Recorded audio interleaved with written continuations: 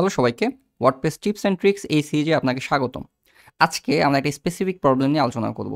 যদি আমাদের কাছে একটা কালারফুল ভিডিও থাকে এবং আমরা ওই ভিডিওটাকে আমাদের ওয়েবসাইটের থিমের সাথে মিলানোর জন্য ব্ল্যাক অ্যান্ড হোয়াইট করা লাগে, সেক্ষেত্রে এটাকে আমরা কীভাবে করব? আমাদের কাছে একটা ওয়ে আছে যে আমরা কোনো একটা ভিডিও এডিটর দিয়ে ওইটাকে ব্ল্যাক অ্যান্ড হোয়াইট করে নিয়ে আসতে পারি। আরেকটাও আমাদের কাছে ওয়ে আছে, সেটা হচ্ছে আমরা চাইলে এলিমেন্টও দিয়ে এই কাজটাকে করতে পারি। সো ইন দিস কেসে আমার কাছে একটা কালারফুল ভিডিও আছে এবং যেই ভিডিওটা আমাদের যেই কন্টেইনার আছে, কন্টেইনার সেকশনের কন্টেইনার ব্যাকগ্রাউন্ডের পিছনে আছে। সো এখান থেকে আমি যদি আসি অ্যান্ড দেন এখান থেকে যদি স্টাইলে আসি, তাহলে আমরা এখান থেকে দেখবো এটা ব্যাকগ্রাউন্ডে, এই কন্টেইনার ব্যাকগ্রাউন্ডে আমাদের ভিডিওটা দেওয়া আছে কালারফুল।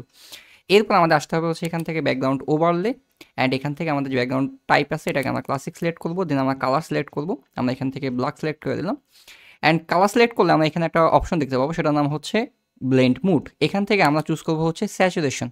ওকে, সো আমাদের অন্য যদি নর্মাল থাকে আমরা এখান থেকে চুজ করে নিব হচ্ছে স্যাচুরেশন, অ্যান্ড দেন আমাদের এই যে অপোসিটি যেটা আছে এটাকে আমরা করে দেবো হচ্ছে 1, অ্যান্ড তাহলে আমাদের এই পুরো যে ভিডিওটা আছে এটা ব্ল্যাক অ্যান্ড হোয়াইট হয়ে যাবে।